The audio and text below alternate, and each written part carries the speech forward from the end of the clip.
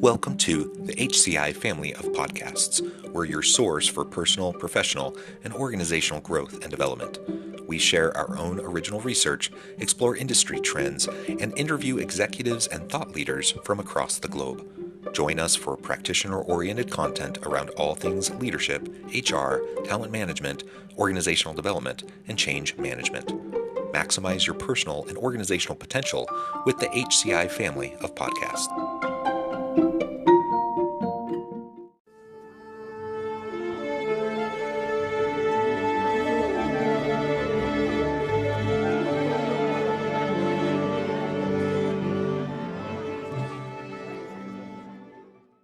Melanie Bell, welcome to the conversation today. Thank you so much for having me, John. It is a pleasure to be with you. You're joining us from the Houston area. I'm south of Salt Lake City in Utah. And today we're going to be talking about innovative ways to develop empathy and critical thinking skills as a leader. Now, I think if the pandemic taught us anything, it's that empathy is a leadership superpower. It's one that in the modern world of work, leaders need to develop and cultivate. And we saw examples of many leaders who rose to the occasion during the pandemic, showed great empathy and sympathy and compassion for their people, and were able to lead through difficult times. And we saw examples of people who didn't have that skill set and didn't do quite so well. So that's one half of what we're going to be talking about. And then the other half is that critical thinking side. And sometimes we think empathy, that's the heart, and critical thinking, that's the brain. And we think those are two separate things. But I think we'll explore how these connect to each other, or at least how they can and should connect to each other, so that we can be effective leaders. As we get started, I wanted to share Melanie's bio with everybody. Melanie Bell is the co-founder of Strategic Peace, a company that helps B2B businesses generate outstanding revenue growth by bringing together their marketing, sales, and service teams around an information-driven customer experience built on the HubSpot platform. Melanie is an active angel investor and mentors the student accelerator programs at Rice University's AlSpark and the University of Houston's Red Labs. She was also the president of Marketing Interface, a company created in 2014 before Strategic Peace.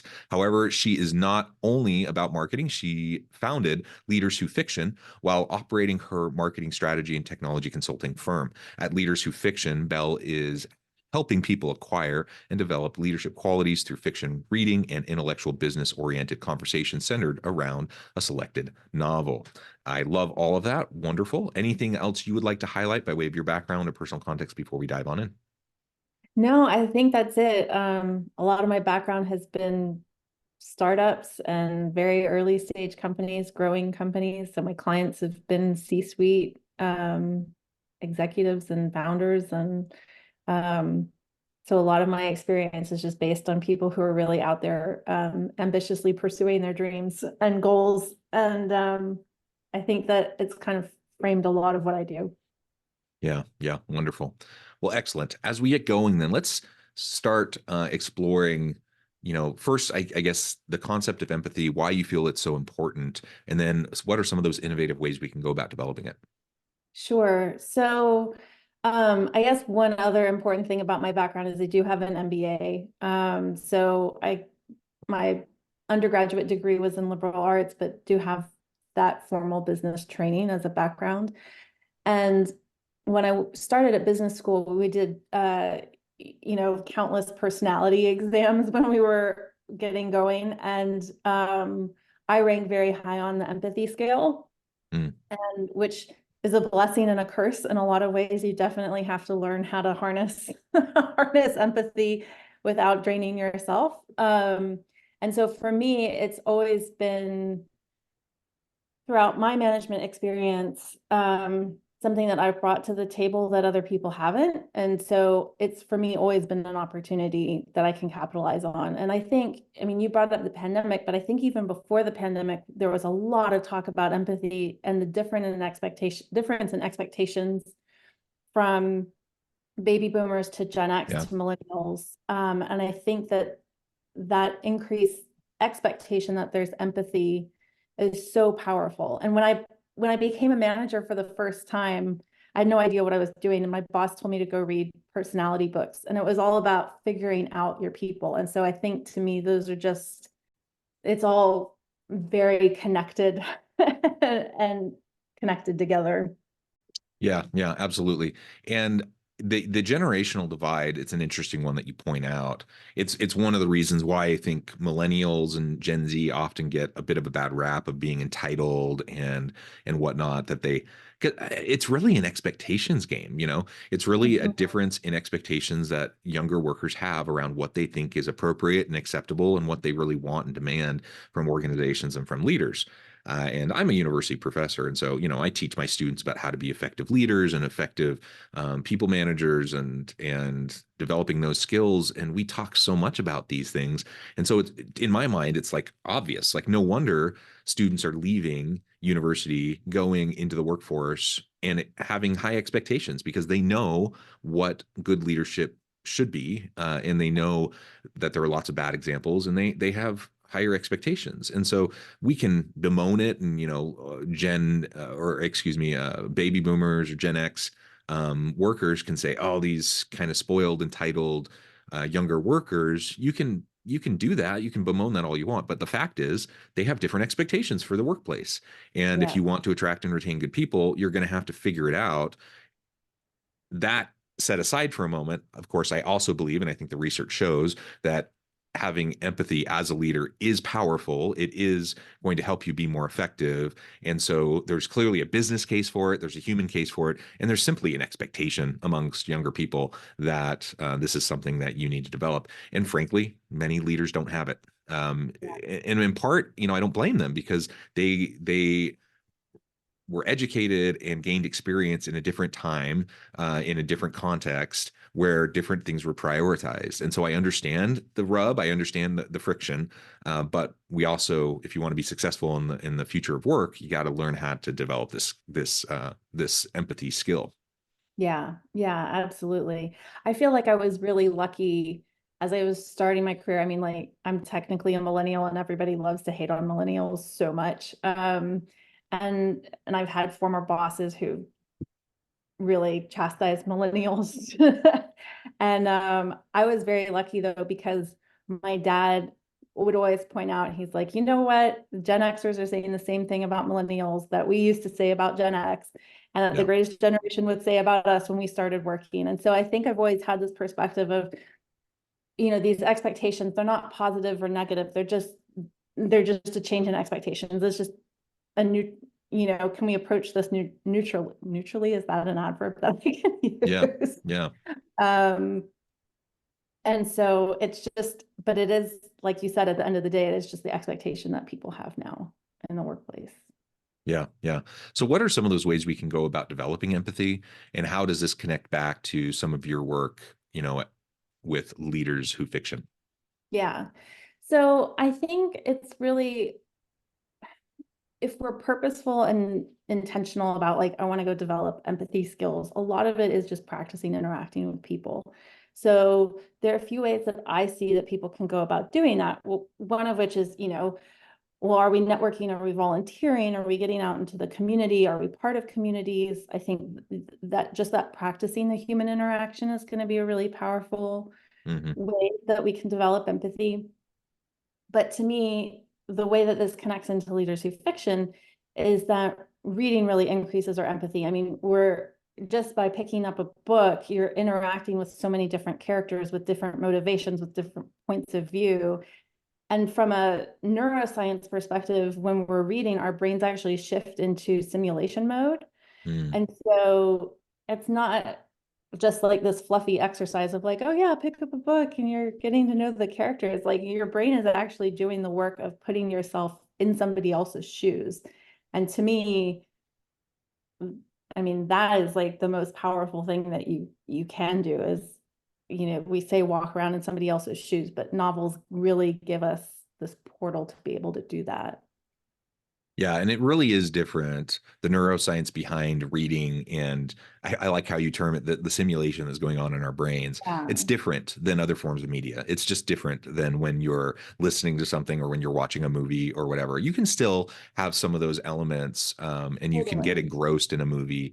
I love movies, but there's something different, and I think everyone who loves to read knows this. Like, there's just something different about getting engrossed in a book, and you really do get sucked in, and you really do put on, you're not just wearing the shoes of the characters. You're like, in a really good book, you're fully like wearing their bodysuit. You're like, Yeah, you become that person, right? And absolutely. and that's a wonderful way. I mean, that's what empathy is all about. It's about really understanding where other people are coming from and feeling what they're feeling. Now, you said earlier, that it's a blessing and a curse. Mhm. It's such a necessary skill set to have, but empathy can also lead to burnout because there are so many challenging things that we face in the workplace. And when we have a team of people that all have their own unique challenges, having empathy is wonderful. You can meet people where they're at, you can be more supportive of them, but you have to be protective of yourself, and you can't allow yourself to carry the full weight of everyone around you. You'll burn out and you just won't be able to move forward. So any thoughts on how Yeah. we can balance that? Yeah, I mean, I think that you're hitting the nail on the head of just being able to protect ourselves. To me, that's all about boundary setting. Some of it is, it's not even necessarily an external boundary of, I mean, I think external boundaries are a really good, healthy thing to have. But I think just being conscientious of and knowing yourself. So I know that, like, I feed off the emotions of people around me. So when other people around me are having a bad day, I really internalize that. Um, and it just drains me of energy. And so I Mhm. think, but knowing that I can kind of mentally fight that to a certain extent. I mean, it's never going to be perfect. I'm never going to be a robotic person, which would be amazing in some other ways. But um, I think just having those expectations for myself and having boundaries internally that I've set for myself of like managing other people's energy is really critical. Yeah, yeah. So be aware of this, practice self-care, Yeah. have appropriate boundaries and all of that, and balance between empathy, sympathy, and compassion. These are all interrelated but separate concepts and ideas and different ways of practicing. So, sometimes you need to take a step back from empathy and just, seek to have some understanding and some compassion for people, but not, you need to know your limits and not bearing the weight of what they're bearing. So some of those types of things I think are really important. And again, coming back to this reading approach as an innovative way to develop empathy, I absolutely love it. I think the most intelligent people out there, I think, are voracious readers. Not only are they gaining new knowledge through reading a variety of different types of books and genres, but you experience the world in ways that I think it's really almost impossible for individuals to do otherwise, because I don't care if you're like an independently wealthy billionaire who can fly around the world and go to different places all the time, you're still probably not interacting with and experiencing the depth of what you can experience with a good book, right? Yeah. And so I think that's tremendous. Let's pivot now and talk a little bit more about critical thinking skills. Um, and I frame this up at the beginning, as sometimes we have this dichotomy of we have like the heart versus the brain. We have empathy versus critical thinking. And sometimes people think, well, if you're a soft and fuzzy leader, one who has empathy, you're not going to make the hard decisions. You're not going to have the critical thinking capacity to do what needs to be done, blah, blah, blah. Right. Um, Tell us what you think about that. Like, is that accurate? Is that a myth? Like, how can we navigate this tension? I mean, I think that it's a myth just based on my personal experience. I think I've met people, I'm not going to say it's that common because I do think people will tend to err on one side or the other, but I've definitely known leaders who have both of those skills who are capable of it. So from that perspective, the hypothesis that you can't have both is debunked. And I'll go back to someone technical taught me that you can never prove a hypothesis, you can only disprove it, which Yeah. really blew my mind when I learned that. So I have data points of that not being true. Um, I think both are skills that we can cultivate. I think that we do tend to get lazy with our thinking, and so we end up putting people into buckets. And so it's like the same way that we would get lazy and say, oh, someone is either good at, English and history, and those are the math and science. I mean, from when we're kids, we're kind of put into those buckets, and the Yeah. English and history kids are going to be the empathetic ones. The math and science ones are going to be the more analytical thinkers and have critical thinking skills. And so I think that we're just brought up because we're all, I mean, everyone is a bit lazy, and so we want to mentally categorize and make sense of the world. But there are definitely times when I think people have both, and maybe one's more dominant than the other, or and they're, will rely on one preferentially. But I do think it's a bit of a myth that you can't Yeah, have, it's a false dichotomy, right? right? I think, Yeah. are there people who are super empathetic and kind of don't have the other side? Sure. Are there critical Yeah. thinkers and like really kind of action-oriented individuals who you're like, oh, they don't have a lot of emotional intelligence, they don't have a lot of empathy? Sure. Like Met those those those people too. those people exist and there are extremes, but it doesn't need to be that way. And I think there are a Right. lot of people that are in the middle with a mix between these two, and there's value in both. And so I think getting past this false dichotomy is important. Getting past kind of the old school leadership mentality of like command control, be strong, be firm, that kind of leadership that maybe served, you know, people well generations ago, but I don't think it works in the modern world of work. And Well, certainly at a minimum, it doesn't meet the expectations of people in organizations. And so that's it just becomes very problematic if that's kind of your sole approach. People expect more empathy. And so if you're really just lean towards the analytical, critical thinking side, that's not bad. Like that's great. But look how you mhm. look into like what you can do to develop more compassion, empathy, and that emotional intelligence component, and Yeah. vice versa. If you lean a lot on like your interpersonal and emotional kind of side, not bad, but make sure that you're coupling that with data informed decision making, and critical thinking processes to make sure that you're not allowing your emotions to bias you in any Yeah. particular way. Yeah. I think the other piece of this, or another piece of this to me, is gender in the Mm, workplace. So I think traditionally women have been seen as more empathetic, whereas men have been thought to have more of these yeah, critical thinking skills. And I think that as we have more women becoming leaders, I mean, I think that there is an increase in empathy. I think women in the workplace, there is an increase in empathy away from this very traditional masculine leadership approach, which doesn't yeah. work in new business models. And so, I mean, I think that there are men who are extremely empathetic and women who are extremely great at critical thinking skills. So again, I don't mean to put people into boxes, but I think, again, there are these just stereotypes that exist, and they've existed since we were kids. And I do think there's Yeah. a gender relationship that exists there still. Yeah, and the mingling of the workforce and the labor force participation rate of women, and women emerging into more leadership and executive roles over the recent decades, all of this has contributed to breaking down those stereotypes. So Yeah. I do think they're not as strong. They don't have as strong of a hold on people as they once did, but they still persist. And Yeah. just like I feel bad for any woman who gets labeled as, oh, she's just a compassionate, empathetic person with no critical thinking skills, that's offensive, right?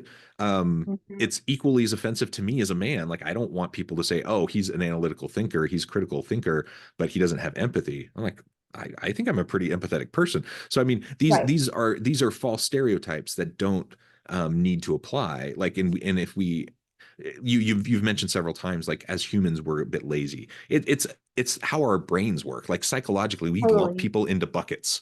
We put Yeah. people and categorize people because it makes for quicker decision making, and we just have to recognize that that's what we do as Yeah. human animals. And we do have the power though to disrupt that. We can recognize that that's happening for us and make a decision that we're going to step back and actually understand things with more nuance instead of just categorizing people and throwing people into buckets, and recognizing that absolutely, there are male leaders that are incredibly empathetic and Yeah. analytical. There are women who are incredibly analytical and amazing critical thinkers and empathetic. And it's not a gender thing. Like it doesn't need to be a Right. gender thing at all. It's just a matter of like, how do you show up in the workplace? How do you show up in relationships? How do you show up with the people around you?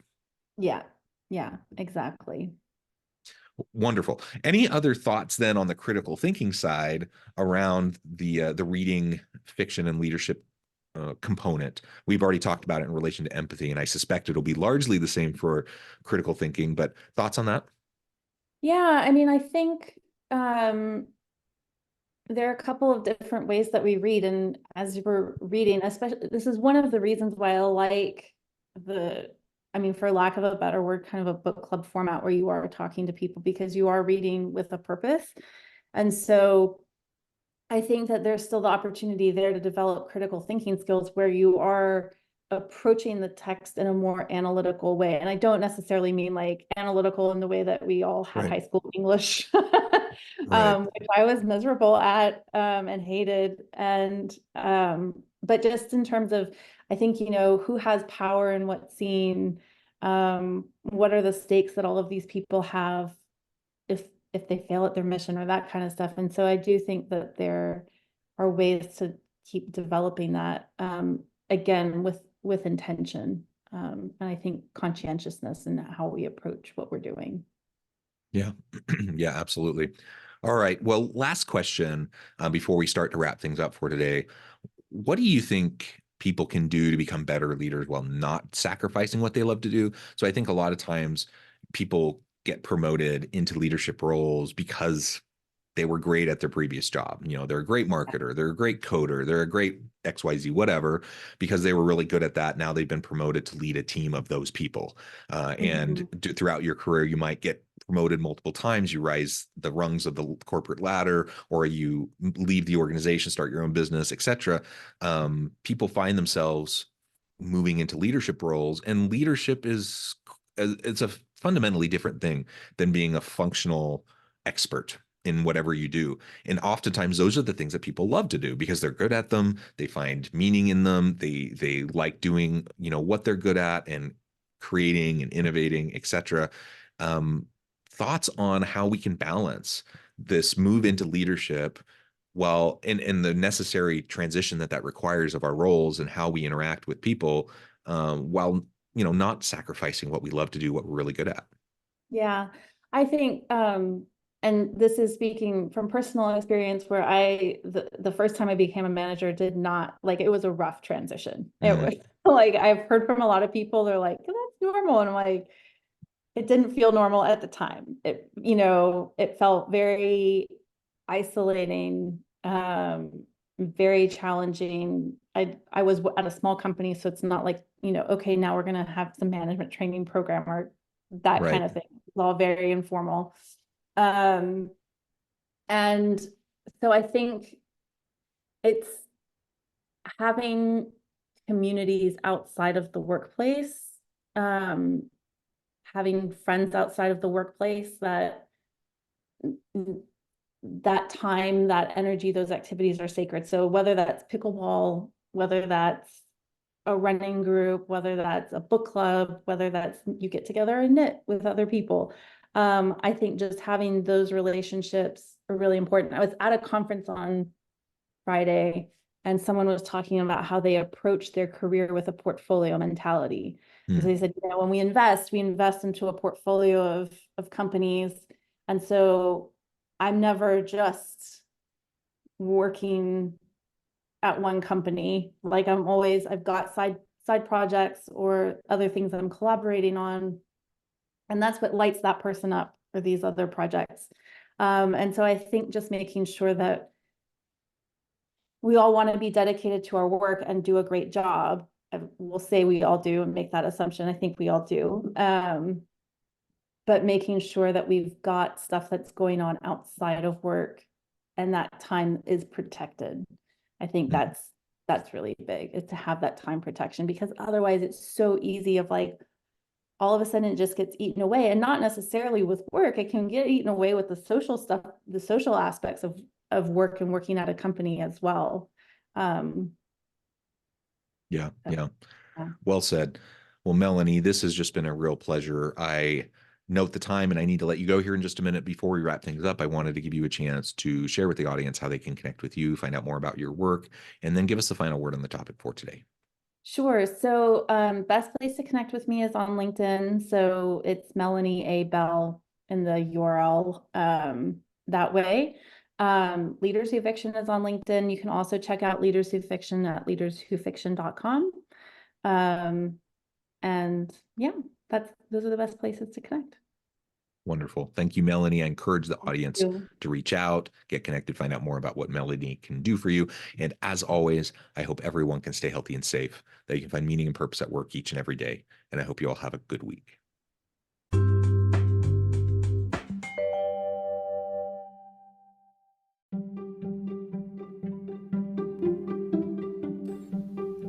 Thanks for joining us for this episode of the podcast. We hope you stay healthy and safe, and please join us again soon.